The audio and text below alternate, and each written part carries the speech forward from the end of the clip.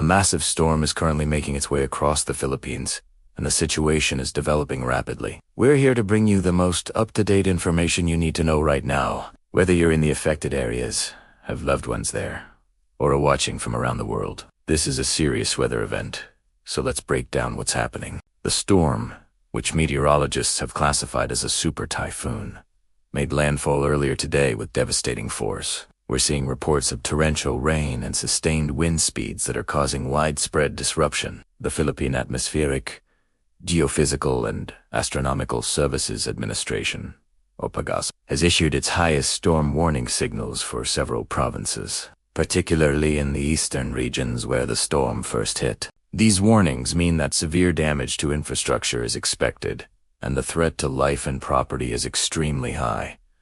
Let's look at the path of the storm. After making its initial landfall, the typhoon is projected to cut across the central part of the country. This path puts major population centers and agricultural heartlands directly in its way. For those of you living in these areas, please, your safety is the absolute priority. Evacuation orders have been issued for many coastal and low-lying communities. If you are in one of these zones, it is critical that you follow the guidance of your local disaster risk reduction and management office. Do not wait. Move to higher ground or designated evacuation centers immediately. These centers are set up to provide temporary shelter, food, and water. The primary dangers we're facing are not just the high winds, but also storm surges and widespread flooding. A storm surge is a rise in sea level that occurs during a major storm, and it can push seawater several kilometers inland, inundating coastal towns. Combined with the sheer volume of rainfall, this creates a life-threatening situation. Rivers are swelling, and there's a significant risk of flash floods and landslides, especially in mountainous regions. If you live near a river or on a slope, be extremely vigilant. We're already seeing the impact on the ground. Power outages are affecting millions of people as power lines have been toppled by the fierce winds. Communication is also a major challenge. Cell service is down or intermittent in many of the hardest-hit areas, making it difficult for people to contact family and for emergency responders to coordinate their efforts. Airports and seaports have suspended operations, leading to thousands of stranded passengers and a halt in the transport of goods. This is not just an inconvenience. It disrupts the entire supply chain, including the delivery of essential supplies. The Philippine government has been proactive in its preparations. Preemptive evacuations have moved hundreds of thousands of people out of harm's way. Emergency response teams from the National Police, military, and Coast Guard are on standby, ready to be deployed for search and rescue operations as soon as conditions permit. Relief goods, including food packs and medical supplies, have been pre-positioned in strategic locations to be distributed to affected families.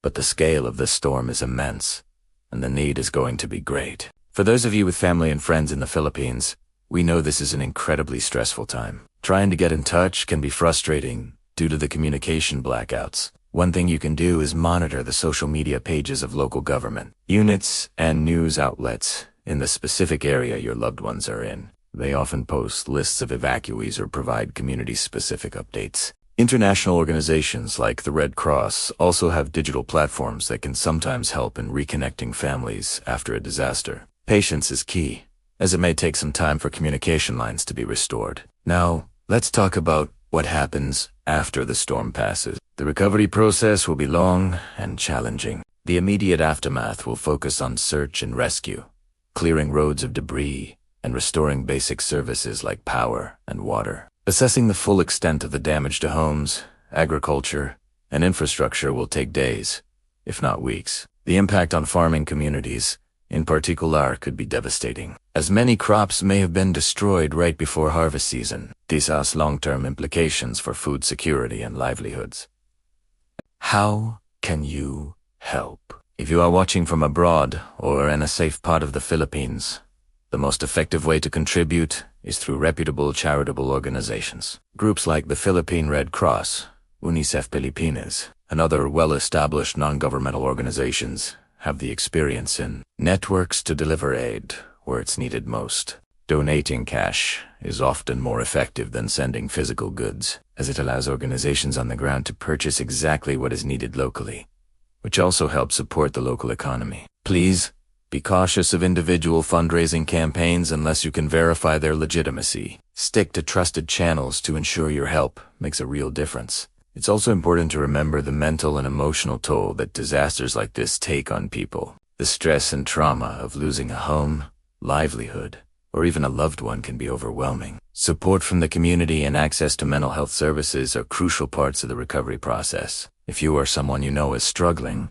please know that it's okay to seek help. Many organizations offer psychosocial support services in the wake of disasters. Let's remember to be kind and patient with one another during this difficult time. We will continue to monitor the situation closely and bring you updates as they come in. Our thoughts and prayers are with everyone affected by this storm. The resilience of the Filipino people is known throughout the world, and we know that communities will come together to support each other and rebuild. For now, the focus remains on safety. Stay indoors, stay informed through official channels, and look out for your neighbors. For those in the storm's path, please make sure your emergency kits are ready. This should include a battery-powered radio, flashlights, extra batteries, a first aid kit, essential medications, and enough food and clean water for at least 3 days. Keep your important documents in a waterproof container. Charge your phones and power banks while you still have electricity. We are seeing incredible stories of bravery and community spirit even in the midst of this crisis. Neighbors helping neighbors, local officials working around the clock.